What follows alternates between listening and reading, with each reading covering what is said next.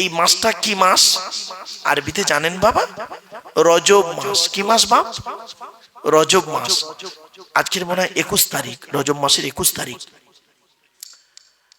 এই রজব মাসের 621 খ্রিস্টাব্দে রজব মাসের 27 তারিখে আল্লাহর নবী আল্লাহর সঙ্গে জিব্রাইলের দ্বারায় বোরাকের মাধ্যমে দিদার করেছিলেন, যাকে শবে মেরাজ বলে। নাম শুনেছেন তো বাপ?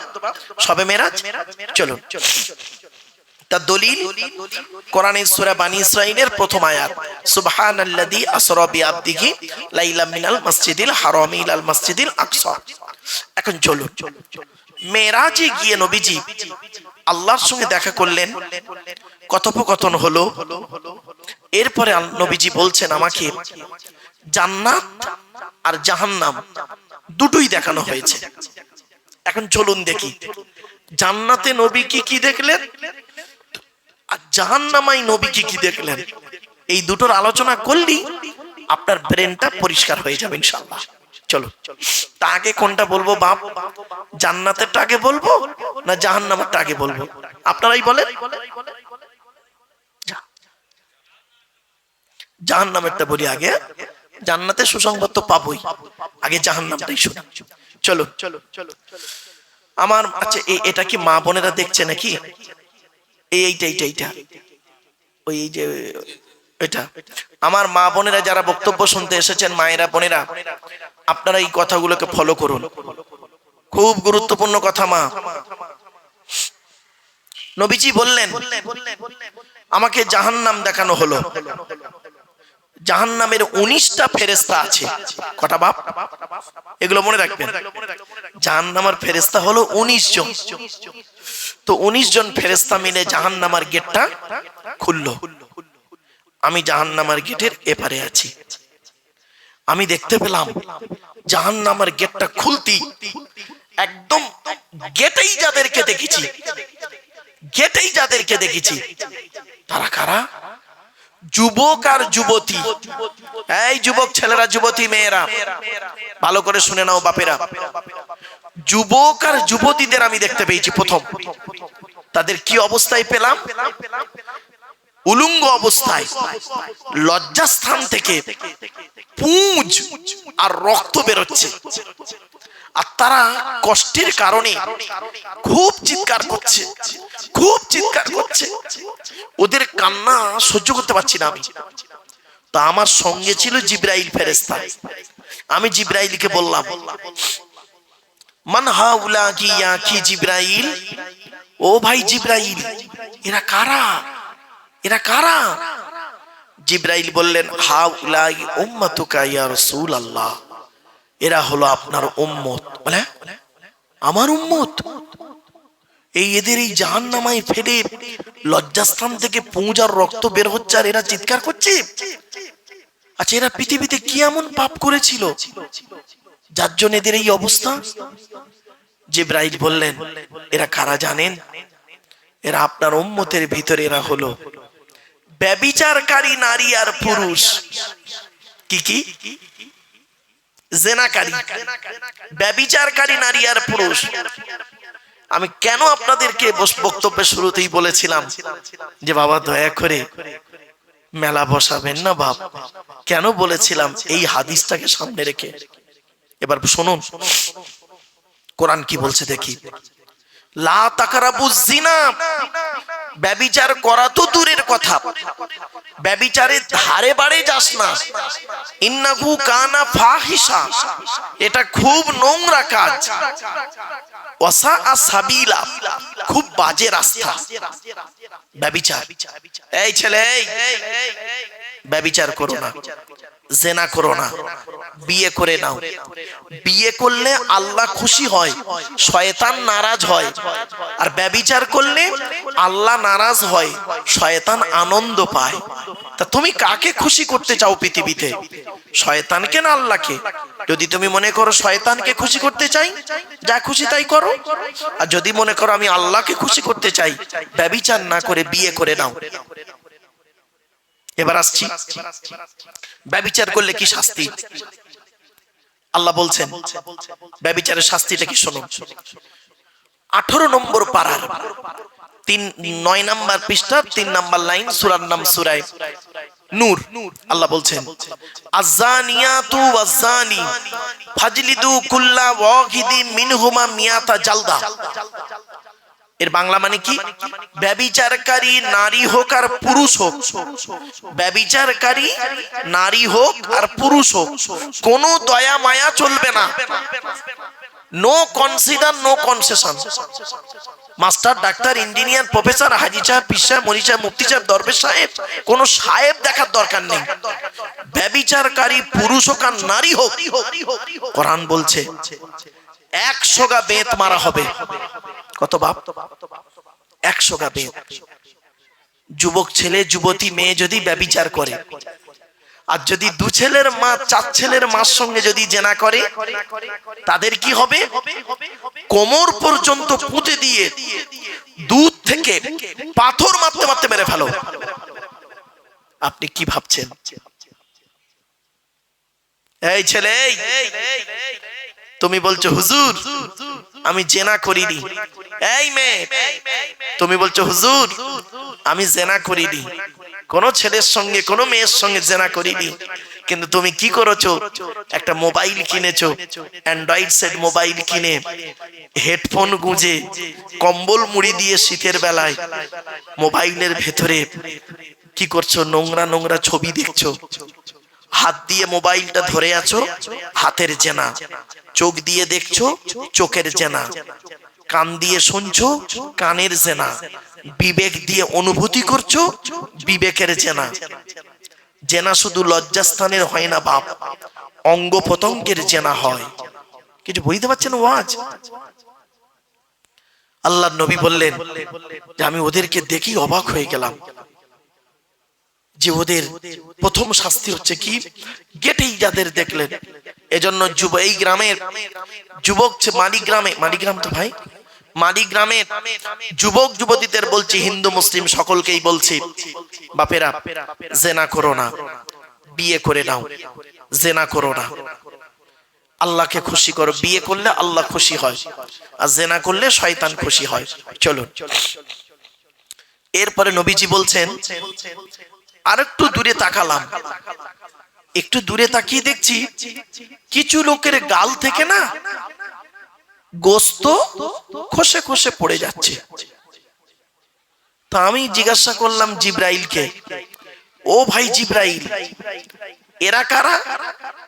এদের গাল থেকে গোস্ত খসে খসে পড়ে যায় কেন? জিব্রাইল বললেন আল খুম্মার, এরা হলো মদ্যপানকারী। পৃথিবীতে মদ পান করত। এই কোরআনে আছে মদ হারাম হলো 4 জায়গায়। কয় জায়গায়? 4 জায়গায় লেখা আছে মদ খাওয়া হারাম।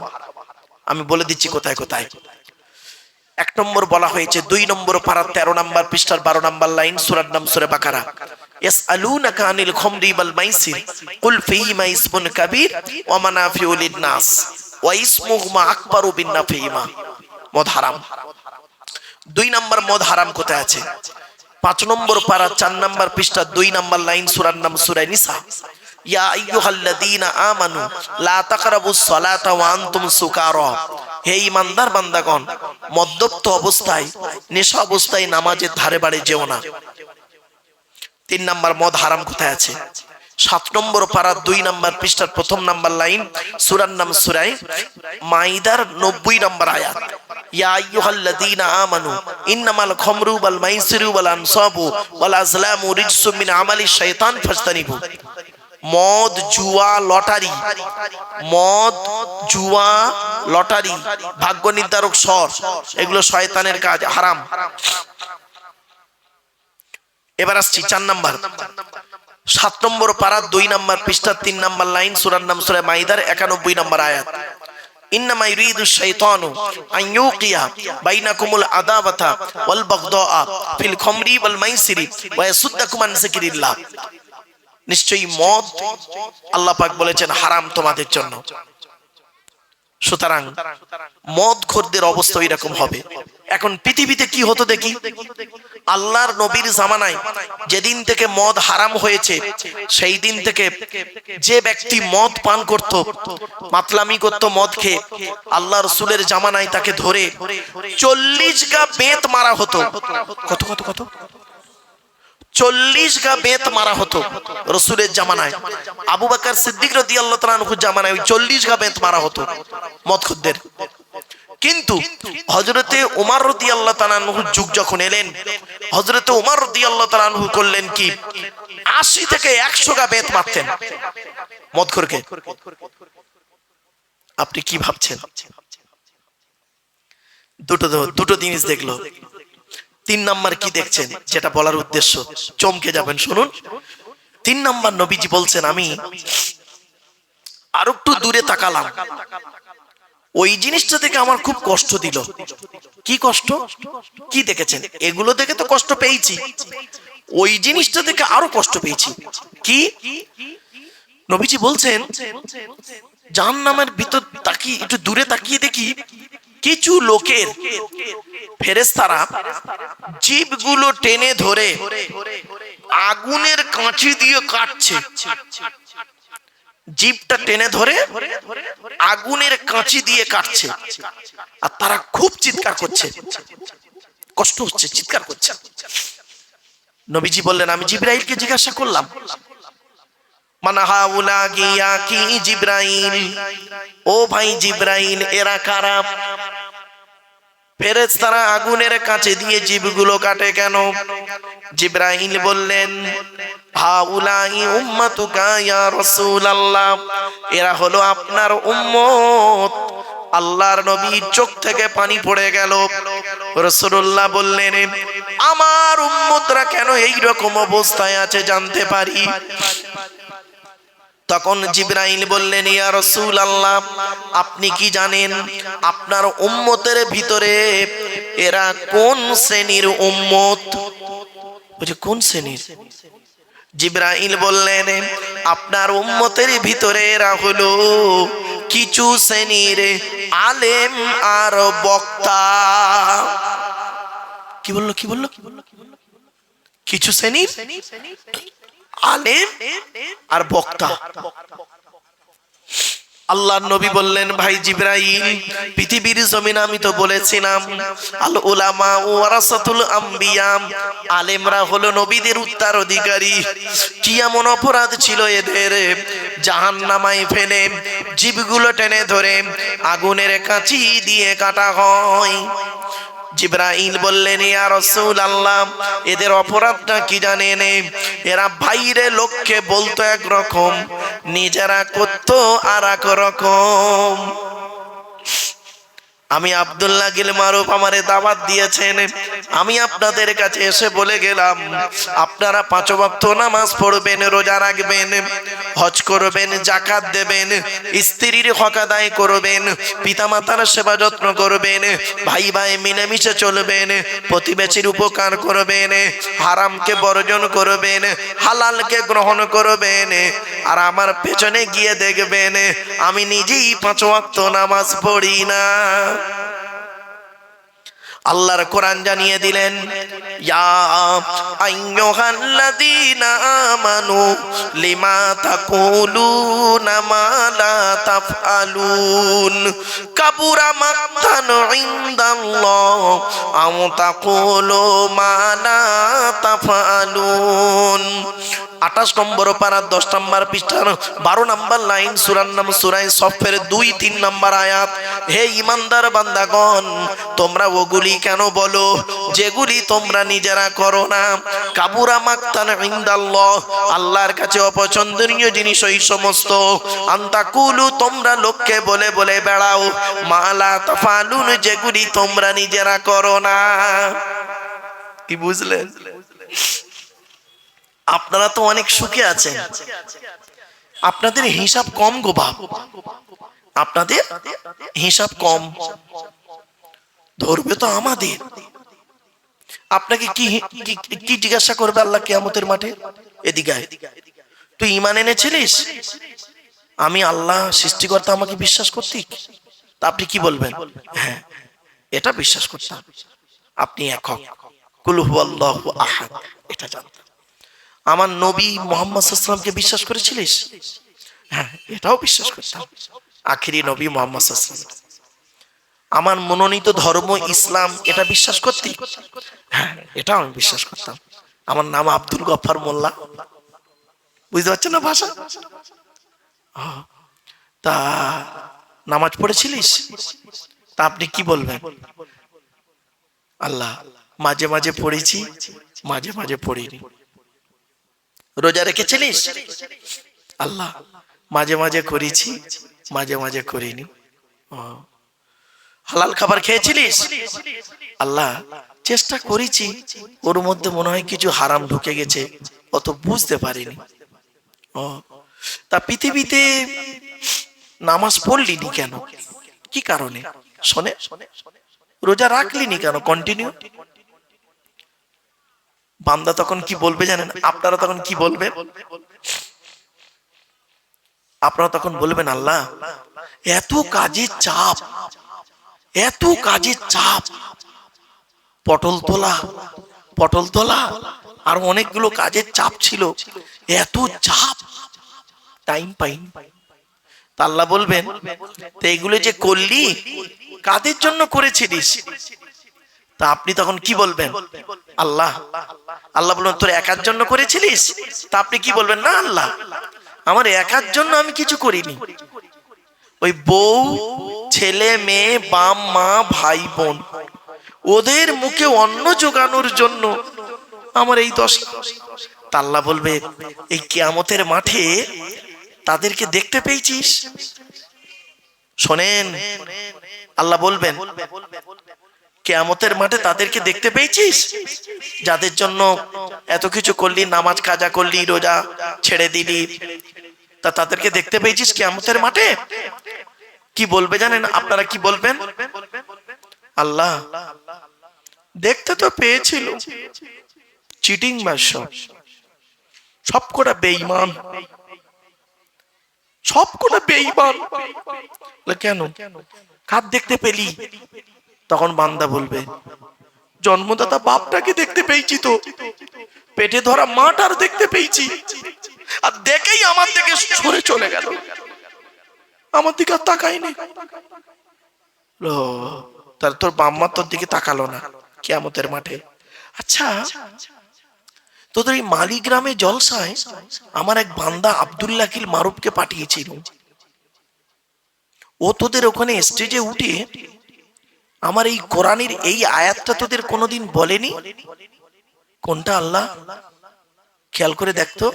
আল্লাহ বলবেন, আমার কথাটা বলেনি যে বাম্মা কিয়ামতের মাঠে সরে পালাবে? বলেনি? ও তখন চুপ করে থাকবে। বলেছিল? আল্লাহ বলবে, খেয়াল করে দেখতো। আল্লাহ বলছেন, ইয়া আইয়ুহান নাসু তাকু রাব্বাকুম ওয়াখশাউ ইয়াওমান লা ইয়াজজি ওয়ালিদুন আও ওয়ালাদিহি ওয়ালা মাউলুদুন হুয়া জাযিন আও ওয়ালিদিহি শাইয়্যা ইন্না ওয়া'দাল্লাহি হাক্কুন ফালা তাগুররান্নাকুমুল হায়াতুদ দুনিয়া ওয়ালা ইয়াগুররান্নাকুম বিল্লাহিল গরুর। 21 নম্বর পারা 13 নম্বর পৃষ্ঠার 11 নম্বর লাইন, সূরার নাম সূরা লোকমানের 33 নম্বর আয়াত।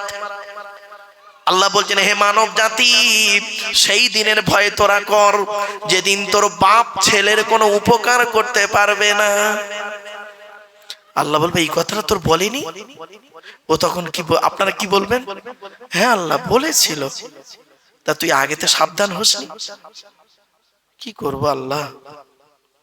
আচ্ছা, আর কার দেখতে পেলি? আল্লাহ, ভাই বোনকে দেখতে পেলাম। তারা কোথায় গেল? চিটিং বা বেঈমান। ওই ভাই বোন গুলো আমার দেখি, আমার এই অবস্থা দেখি পালিয়ে গেল। ও, ভাই বোন তোর পাশে দাঁড়ালো না কিয়ামতের মাঠে। আর কে পালালো? আর কি গেল? ছেলে মেয়ে যার জন্য এত কিছু করলি, ছেলের ভবিষ্যৎ করছিলিস, মেয়ের ভবিষ্যৎ করছিলিস, ছেলে মেয়েগুলো কোথায় গেল? আল্লাহ ওদেরও দেখেছিলাম তো, আমার এই করুণ দৃশ্য থেকে সরে পেরিয়েছে। ও আচ্ছা, বউটার খবর কি তোর? বইয়ের জন্য তো 2 নম্বরই এদিক ওদিক অনেক কিছু করলি, সেটার খবর কি? তার দেখতে পেয়েছিস? হ্যাঁ আল্লাহ, ওরে তো দেখতে পেয়েছিলাম প্রথমে, ও তো মুখ ঘুরিয়ে নিয়েছিল, তারপরে যখন দেখতে গেলুম সরে পালালো, চিনতে পারেনি। আল্লাহ বলবে কেন? তোকে পৃথিবীতে বলেনি? কোরআনের এই আয়াতটা তোকে শোনায়নি কেউ? কোন আয়াতটা? আল্লাহ আল্লাহ বলবেন, ইয়াউমা ইয়াফিরুল মারউ মিন আখিহি ওয়া উম্মিহি ওয়া আবিহি ওয়া সাহিবাতিহি ওয়া বানি লিকুল্লি মিরিম মিনহুম ইয়াউমা ইযিন শানুন ইউগনি। 30 নম্বর পারায় আল্লাহ বলছে, সেই দিনের ভয় তোরা কর, যেদিন স্বামী তার স্ত্রী থেকে সরে পড়বে, স্ত্রী স্বামী থেকে সরে পড়বে, ভাই তার বোন থেকে সরে পড়বে, বোন তার ভাই থেকে সরে পড়বে, ছেলে মেয়ে থেকে বাম্মা থেকে সরে পড়বে, এমনকি বন্ধু বান্ধব সব তোর থেকে চলে যাবে, একাকী জীবন যাপন। সেই দিন প্রত্যেকেই বলবে, আল্লাহ আমার কি হবে, আমার কি হবে? এই কথা তোর বলেনি? তখন আপনারা কি বলবেন? হ্যাঁ আল্লাহ বলেছিল। তা সাবধান হোসনি? সাবধান হোসনি কেন? বউকে খুব ভালোবাসতি না? বইয়ের জন্য একজনকে মার্ডার করেছিলিস না? ছেলে মেয়ের জন্য 2 নম্বরই ইনকাম করেছিলিস না? ওই বউ তোর আপন? ওই ছেলে মেয়ে তোর আপন? ও তখন বলবে, আপনারা কি বলবেন? হ্যাঁ আল্লাহ আপন নয়। আল্লাহ বলবে, বোকা কোথাকারে, কিয়ামতের মাঠে আমি পৃথিবীতে কোরআন পাঠিয়েছিলাম, আর এই কোরআনেই তো বলে দিয়েছিলাম বউ ছেলে মেয়ে তোর আপন নয়। চলুন আয়াত দিচ্ছি। ইয়া আইয়ুহাল্লাযীনা আমানু ইন্না মিন আযওয়াজিকুম ওয়া আওলাদিকুম আদুওয়ান লাকুম ফাহযারুহুম। 28 নম্বর পারা 16 নম্বর পৃষ্ঠার 10 নম্বর লাইন, সূরার নাম সূরা তাগাবুনের 14 নম্বর আয়াত। ফিল খামরি ওয়াল মাইসিরি ওয়া ইয়াসুদ্দাকুম আন যিকরিল্লাহ ওয়া আনিস সালাত। আল্লাহ পাক বলেন, শয়তান কি চায় জানো? মদ আর জুয়ার মাধ্যমে শয়তান তোমাদের মাঝে মারামারি লাগিয়ে দিতে চায়। আর কি চায়? ওয়া ইয়াসুদ্দাকুম আন যিকরিল্লাহ, আল্লাহর ইবাদত থেকে শয়তান তোমাকে বাধা সৃষ্টি করতে চায়। আর কি চায়? ওয়া আনিস সালাত, নামাজ থেকে শয়তান তোমাকে বাধা সৃষ্টি করতে চায়। তাই কোরআনের উদ্ধৃতি দিয়ে আলোচনার প্রারম্ভে আপনাদেরকে আমি আহ্বান করছি, পবিত্র কোরআন 2 নম্বর পারার 11 নম্বর পৃষ্ঠার 9 নম্বর লাইন, সূরার নাম সূরা বাকারা, আয়াত নম্বর 208, আল কোরআন। ইয়া আইয়ুহাল্লাযীনা আমানু উদখুলু ফিস-সিলমি কাফা, হে ঈমানদার বান্দাগণ পরিপূর্ণভাবে ইসলামের মধ্যে প্রবেশ করো। ওয়ালা তাত্তাবিউ খুতুওয়াতিশ শাইতান, শয়তানের পথকে অনুসরণ করিও না। ইন্নাহু লাকুম আদুউম মুবিন, শয়তান হলো তোমাদের প্রকাশ্য দুশমন। আমি এই জন্য বাবা আপনাদেরকে এই কথাটা এত অনুরোধ করছি, রাসূলুল্লাহর ওই হাদিসটাকে আমল করার জন্য। আল্লাহ রাসূলের হাদিস যদি আপনি একটা আমল করতে পারেন, একটা সুন্নত যদি আপনি আমল করেন, আমি আজকের অনেকগুলো সুন্নাত বলবো নবীজির, একটা আমল করবেন ওইটার উপরেই মরে যাবেন। আল্লাহ রাসূল বলেছেন, মান আহাব্বা সুন্নতি ফাকাদ আহাব্বানি ওয়া মান আহাব্বানি কানা মাই ফিল জান্নাহ। আল্লাহ নবী বলেছেন, আখেরি জামানায় যদি কোনো ব্যক্তি আমার একটা সুন্নতকে আঁকড়ে ধরে আমল করে, তার উপরেই যদি ও মারা যায়, ওর ওসিলায় ও জান্নাত পাবে। তা আমার বাপেরা, অনেকগুলো সুন্নাত বলবো ইনশাআল্লাহ, একটা কি পারবেন না আমল করতে? চেষ্টা করবে ইনশাআল্লাহ। চলেন বাপেরা, 3 শ্রেণীর লোককে আল্লাহ হালাল খেতে বলেছেন। কয় শ্রেণীর লোক বললাম বাবা? আমার সঙ্গে কথা বলবেন। আচ্ছা বাপেরা, টেনে টেনে বলছি না বলে অসুবিধা হচ্ছে? টেনে টেনে টানার থেকে না, টানের জায়গায় এলে টান দেবো, চিন্তা করতে হবে না। আর একটা কথা বলি, আপনারা যখন জলসা দেবেন, আপনারা দয়া করে কমিটিকে আমি অনুরোধ করছি বাবা, অর্ডার করছি না, কারণ অর্ডার করার অনুমতি আল্লাহ আমাকে দেয়নি। কি বললাম? অর্ডার করার অনুমতি আল্লাহ আমাদের দেয়নি। তাহলে আমাদের কিসের অনুমতি আছে? অনুরোধ করার অনুমতি আছে। অর্ডার করবে কে? আল্লাহ। অর্ডার করবে কে? আল্লাহ। অর্ডার করবে নবী। অর্ডার করবে আল্লাহ, অর্ডার করবে নবী। তাহলে আমরা কি করব? আমরা আল্লাহর কথাটাকে, নবীর কথাটাকে আপনাদের কাছে অনুরোধ করব। ঠিক না বে ঠিক? যে বাবা, আল্লাহ এই বলেছে, নবী এই বলেছে, আপনি আমি চলুন আমল করি। করলে দুনিয়াতে শান্তি পাবো, আখেরাতে ইনশাআল্লাহ জান্নাত পাবো। তাহলে অর্ডার করার অনুমতি আমাদের নেই, অনুরোধ করার অনুমতি আছে। আমার ওয়াজের মধ্যে না কিছু লজিক থাকবে, বাপ বুঝতে না পারলে আমাকে বলবেন। তা আমি আপনাদেরকে অনুরোধ করছি, জলসা কমিটিকে, আপনারা যখন জলসা দেবেন দয়া করে, এখন তো আধুনিক বিজ্ঞানের যুগ, বর্তমান যুগ, তো এই কি বলে, এই চটে বসিয়ে জলসা দেবেন না। কেন জানেন? বলি একটু খুলে। শীতকাল, আর যত যুবক ছেলে আছে দেখবেন বেশিরভাগ ছেলে প্যান্ট স্যুট পরে আছে আর বুট পরে আছে। এখন ওই এখানে ঢুকে ওই বুট খুলে প্যান্ট নিয়ে বসতে ওর কষ্ট হবে। যদি চেয়ারের ব্যবস্থা করতেন তাহলে দেখতেন ওর বসতে সুবিধা হতো। বাবা কথাটা কেমন লাগলো বলুন? এত কিছু করলেন, যদি 200 পিস চেয়ার এনে বসিয়ে দিতেন না, দেখতেন, বা ধারে ধারে চেয়ার দিতেন, অনেকেই বসে যেত। আমি বুঝতে পারছি বাপ, বুঝতে পারলেন? কারণ আমি তো উঁচুই আছি, আপনারা একটু নিচুতে বসে আছেন, বুঝতে পারছি। ওই প্যান্ট গুড়িয়ে বসতে দূর ঘোড়ার ডিম ভাল লাগে নে, বুট খুলে মোজা খুলে দূর ওই চল যাই বলে 2-4 জন উঠে চলে যাবে, এটা স্বাভাবিক। যাক, যারা গেছে যাক, আলহামদুলিল্লাহ। যারা বসে আছেন সোম্মা আলহামদুলিল্লাহ। চলুন, 3 শ্রেণীর লোককে আল্লাহ কোরআনে হালাল খেতে বলেছেন।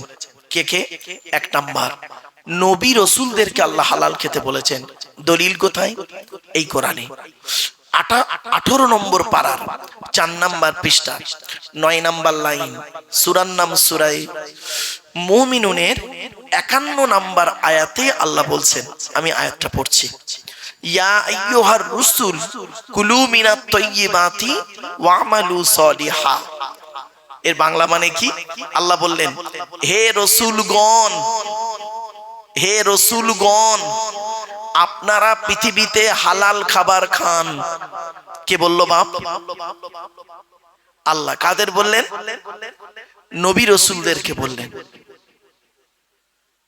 কি ভাবলেন? হে রসুলগণ, আপনারা পৃথিবীতে হালাল খাবার খান আর ভালো ভালো কাজগুলো করুন। 1 নাম্বার, নবী রসুলদেরকে হালাল খেতে বললেন। তো আমরা কেউ নবী নয়, রসুলও নয়, তাহলে 1 নাম্বারটা বাদ।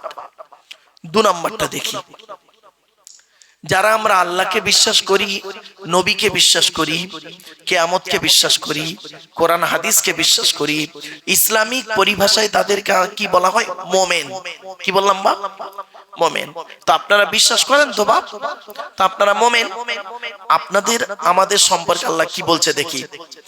2 নম্বর পারার 4 নাম্বার পৃষ্ঠা 14 নাম্বার লাইন, সূরার নাম সূরা বাকারার 172 নাম্বার আয়াতে আল্লাহ বলছেন, ইয়া আইয়ুহাল্লাযীনা আমানু কুলু মিন তাইয়্যিবাতি মা রাযাকনাকুম। হে ঈমানদার বান্দাগণ, আমার দেওয়া হালাল রিজিকগুলো তোমরা ভক্ষণ করো। সুবহানাল্লাহ বলেন। তাহলে আমাদের মধ্যে হালাল খাবার খেতে হবে। আমার বাপেরা, আপনাদের আমি অনুরোধ করে বলে যাচ্ছি, হালাল খাবার খান। হারাম খাবার খেয়ে ওই দেহ নিয়ে আপনি তাহাজ্জুদের নামাজ পড়লে, গালে দাড়ি রাখলে, মাথায় টুপি দিলে, কোরআন পড়লে কবুল হবে না হারাম খাবার খেয়ে। হালাল খাবার খান। মনে রাখবেন, হারামের বিরিয়ানি ভাতের থেকে হালালের ডাল ভাত ভালো। এজন্য আপনাদেরকে আমি অনুরোধ করে বলে যাচ্ছি, আপনারা হালাল খাবার খান, খাবারটা হালাল খাবার খান। চলো, এবার আসছি 3 নাম্বার কাদেরকে হালাল খেতে বলেছে কোরআনে শুনুন। হিন্দু, মুসলিম, জৈন, ব্রাহ্মণ, খ্রিস্টান, কুলি, সাঁওতাল, বাগদি, দুলে, জাতি, ধর্ম, বর্ণ নির্বিশেষে সকলকে আল্লাহ হালাল খেতে বলেছেন কোরআনে। এখন আপনার প্রশ্ন হবে, অমুসলমানদেরকে আল্লাহ কোরআনে হালাল খেতে বলেছেন? হ্যাঁ, আয়াতটা পড়ি। 2 নম্বর পারার 4 নম্বর পৃষ্ঠা 8 নম্বর লাইনে সূরার নাম সূরা বাকারার 168 নম্বর আয়াতে আল্লাহ বলছেন, ইয়া আইয়ুহান নাস, হে মানব জাতি। আচ্ছা, মানব জাতির মধ্যে হিন্দু, মুসলিম, জৈন, ব্রাহ্মণ, খ্রিস্টান সকলে পড়বে না? হে মানব জাতি, আল্লাহ বলছেন, হে মানব জাতি, কুলু মিম্মা ফিল আরদি হালালান তাইয়্যিবা, পৃথিবীতে আমার দেওয়া হালাল রিজিক গুলো তোমরা ভক্ষণ করো। তাহলে আপনি কি ভাবলেন শুধু মুসলমানরা হালাল খাবে আর অমুসলমানরা হারাম খাবে? না, কোরআনে বলা হয়েছে সকলকে হালাল খেতে। কোরআন শুধু মুসলমানদের জন্য আসেনি। যারা মনে করে কোরআন শুধু এসেছে মুসলমানদের জন্য, তারা জানে না কোরআন এসেছে কাদের জন্য। শুনে নিন, কোরআনে বলা হয়েছে 2 নম্বর পারা 7 নম্বর পৃষ্ঠা 1 নম্বর লাইন, সূরার নাম সূরা বাকারা, হুদাল্লিন নাস, মানব জাতির হেদায়েতের জন্য কোরআন এসেছে। জোরে বলুন। এই কোরআন থেকে সকলে শিক্ষা নিতে পারে, হিন্দু, মুসলিম, জৈন, ব্রাহ্মণ, খ্রিস্টান, কুলি, সাঁওতাল, বাগদি, দুলে, সকলে, কারোর কোনো বাধা নেই। তাহলে কোরআন এলো সকলের জন্য, মানব জাতির কল্যাণের জন্য এসেছে কোরআন। এবার আসছি, কোরআন যার উপরে নাজিল হয়েছে তার নাম হলো মুহাম্মদ সাল্লাল্লাহু আলাইহি ওয়াসাল্লাম। আচ্ছা, মুহাম্মদ সাল্লাল্লাহু আলাইহি সাল্লাম তিনি কি শুধু মুসলমানদের নবী? না। কেউ যদি মনে করে যে মুহাম্মদ সাল্লাল্লাহু আলাইহি সাল্লাম তিনি শুধু মুসলমানদের নবী, তার ধারণাটা ভুল। তিনি জানেন না। শুনে নিন, এই কোরআনই আছে 9 নম্বর পারার 9 নম্বর পৃষ্ঠা 11 নম্বর লাইনে সূরার নাম সূরা আরাফের মধ্যে আল্লাহ বললেন, কুল, নবী তুমি বলো, ইয়া আইয়ুহান নাস, হে মানব জাতি, ইন্নী রাসূলুল্লাহি ইলাইকুম জামিয়া, আল্লাহ পাক আমাকে কুল কায়নাতের রাসূল করে, নবী করে পাঠিয়েছে। তাহলে কি বুঝলেন এর দ্বারায়? মুহাম্মদ সাল্লাল্লাহু আলাইহি ওয়াসাল্লাম শুধু মুসলমানরা ভালোবাসে বুঝি না। প্রত্যেক ধর্মগ্রন্থে আল্লাহ রাসূলের নাম বিভিন্ন অ্যাঙ্গেলে বলা আছে। তাওরাতে আছে, ইহুদিদের কিতাব তাওরাত, ওতেও মুহাম্মদ সাল্লাল্লাহু আলাইহি ওয়াসাল্লামের নাম আছে।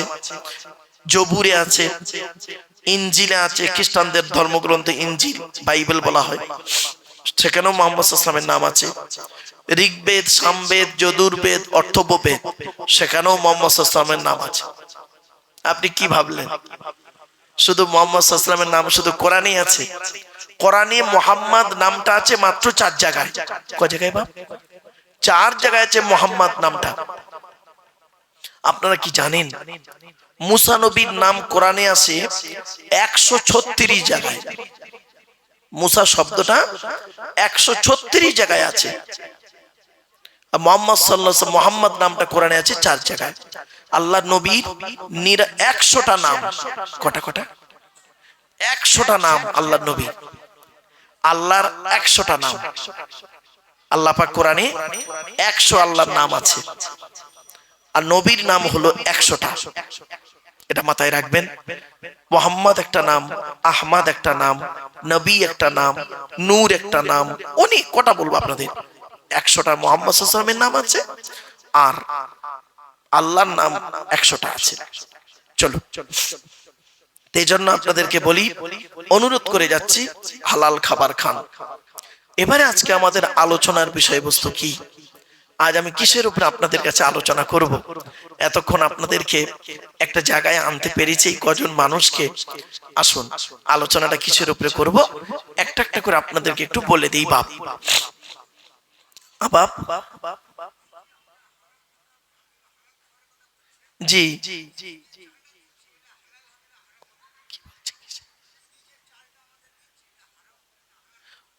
ওটা হালাল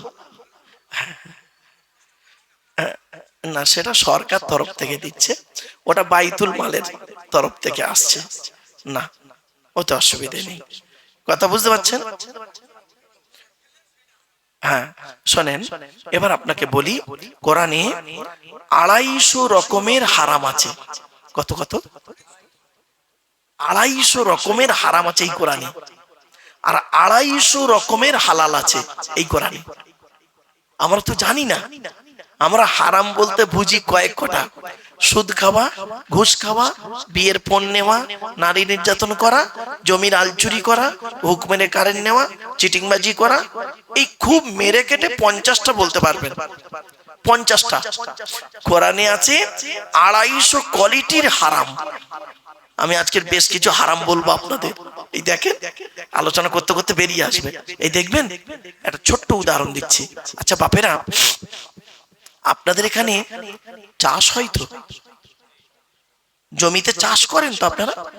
হ্যাঁ, ওই দেখেন, ওই একটা হাদিস আল্লাহর নবী বলছেন, হযরত আলী রাদিয়াল্লাহু তাআলা আনহু তরোয়ালের খাপের ভেতর থেকে একটা কাগজ পাওয়া গেল। কাগজ, কাগজে না 4টে জিনিস লেখা ছিল। কটা কটা? 4টে জিনিস। কি কি? 1 নাম্বার, লানাল্লাহু মান যাবাহা লিগাইরিল্লাহ, আল্লাহর গজব পড়বে তাদের উপরে যেটা আল্লাহর নাম ছাড়া অন্যের নামে জবাই করে খাওয়া হবে। কিছু বুঝতে পারছেন না? বুঝতে পারেননি? মানে যখনই যে খাবার খাবেন আল্লাহর নামে জবাই করে খাবেন। কোরআনে কি বলছে দেখি? ফাকুলু উযকুরু ইসমাল্লাহি আলাইহি, তোমরা খাও যেখানে আল্লাহর নাম নেওয়া হয়েছে। আল্লাহর নাম ছাড়া অন্যের নামে যেটা জবে হয়েছে ওটা খাওয়া আপনার চলবে না। ক্লিয়ার? বুঝতে পারলেন? আর খুলে বললাম না, জ্ঞানী যারা বোঝে তারা শুধু ইশারায়। চলো, দ্বিতীয় নম্বরে নবীজি বললেন, ওই সমস্ত লোকেদের প্রতি জাহান্নাম, গজব পড়বে আল্লাহ। লানাল্লাহু মান সারাকা মানারাল আরদি, ওই সমস্ত লোকেদের প্রতি আল্লাহর গজব যারা জমির আল কেটে কেটে জমি বাড়িয়ে নেয়। কি বললাম? বল বল। জমির আল কেটে কেটে জমি বাড়িয়ে নেয়। একটা উদাহরণ দিই, রাগ করবেন না। এটা একটা জমি, এটা একটা জমি। ধরুন এটা আব্দুল গফফার মোল্লার জমি, মুসলমান, আর এটা ধরুন স্বপন কুমার হালদার, হিন্দুর জমি। এটা হলো 921-এর দাগ, এটা 922-এর দাগ। আমার ভাষা বুঝতে পারছেন আপনারা? দলিলে, ম্যাপে, ম্যাপে বলুন 32-এর ম্যাপ বলুন আর 66-র ম্যাপ বলুন, ম্যাপে রয়েছে 921 আর 922-এর দাগের মাঝখানে 3 ফুট কি 4 ফুট একটা যাওয়ার রাস্তা আছে, আল আছে। ভাষা বুঝতে পারলেন? আল আছে। এখন আপনি মুসলমান, আপনি করলেন কি, প্রতি বছর চাষ করতে গিয়ে কোদাল দিয়ে আপনি করছেন কি, সেভ করছেন। সেভ করতে করতে করতে করতে করতে করতে করতে করতে স্বপন কুমার হালদার ও সেভ করছে। আপনি একজন ধর্মীয় মানুষ, মুসলমান, গালে দাড়ি মাথায় টুপি নামাজ পড়ছেন। ও একজন হিন্দু মানুষ, ও ধর্মের কাজ করে করছে। এখন দুজনে কাটতে কাটতে কাটতে কাটতে না, এও সেভ করে ও সেভ করে। 50 বছর পরে 4 ফুট আলটা 1 ফুটে দাঁড়িয়েছে। কিছু বুঝতে পারলেন আমার ভাষা? 4 ফুট আলটা 1 ফুটে দাঁড়িয়ে গেল। এবার আপনি 2 ফুট নিয়েছেন আর সে ধরো 1 ফুট নিয়েছে। আপনি এই 2 ফুটের জায়গায় যত আপনার হয়েছে, ধান হয়েছে, খেয়েছেন, কি জবাব দেবেন? ওই জায়গা তো আপনার নয়, ওটা তো উভয় পক্ষের মালিকানা যাতায়াতের রাস্তা। কিছু বুঝতে পারছেন হারাম কিরকম হচ্ছে? এবার এজন্য হারাম কিভাবে আমাদের মধ্যে ঢুকছে আপনি বুঝতে পারছেন না। এজন্য অনুরোধ করে আপনাদের বলছি, হালাল খাবার খান, চোখটা সচেতন রাখুন। আমরা সবসময় মনে করি কি জানেন, গালে দাড়ি রাখলে, মাথায় টুপি দিলে, 5 ওয়াক্ত নামাজ পড়লে, মাঝে মাঝে হজ করলে জান্নাতি না, না বাপ। যদি গালে দাড়ি আর মাথায় টুপি হজ করলে জান্নাতি হতো, তাহলে এই কেতাবটার আর পাঠানোর প্রয়োজন ছিল না। আল্লাহ ওই সহিফা একটা পাঠিয়ে দিতেন, সহিফা ছোট একটা চিরকুটে লিখে বলে দিতেন আকাশ থেকে যে তোরা নামাজ পড়বি, রোজা রাখবি, গালে দাড়ি রাখবি আর জামা পরবি, জান্নাতি। না, এই কোরআনে আছে, শুনে নিন, একজন খাঁটি মোমেন হতে গেলে সর্বাধিক 30টা গুণ লাগবে। কটা কটা? 30টা, সর্বাধিক 30টা গুণ, আর সর্বনিম্ন হলো 5টা গুণ। কোরআনে আছে। আর হাদিসে আছে কত? আল ঈমানু বিসউ ওয়া সাবউনা শুবা, ঈমানের 70টা শাখা পোশাখা। কত বাপ? 70টা। আপনি কি ভাবছেন পিতামাতার সেবা যত্ন করাও ঈমানের অঙ্গ, ফরজ? পিতামাতাকে কষ্ট দেওয়া হারাম। এখন ধরুন আপনি বলবেন, হুজুর আমার বাপ তো অমুসলিম। হতে পারে, আপনি মুসলিম, আমি আমার বাপকে কি করে দেখব? কোরআনে তাও পর্যন্ত বলা আছে, তোমার বাপ যদি অমুসলিম হয়, মা যদি অমুসলিম হয়, তথাপিও বাম্মার সঙ্গে খারাপ ব্যবহার করতে পারবে না। সূরা লোকমান, ওয়াসাহিবুহুমা ফিদ দুনিয়া মারুফা, দুনিয়াতে তাদের সঙ্গে ভালো আচরণ করতে হবে। কিছু বুঝতে পারছেন? আপনি কোন জায়গায় আছেন নিজেকে ভাবুন। এখানে বসে বসে চোখ দুটো বন্ধ হয়ে গেলে আপনাকে জবাব দিতেই হবে। কোনো কনসিডার কনসেশন চলবে না। আপনি দোহাই দেবেন পীর সাহেবের, পীর সাহেব নিজেই টেনশনে থাকবে। আপনি দোহাই দেবেন মৌলানা সাহেবের, মৌলানা সাহেব নিজেই টেনশনে থাকবে। আপনি দোহাই দেবেন ইমাম সাহেব, বক্তা সাহেবের, ও নিজেই টেনশনে আছে। দেখবেন, এই দেখুন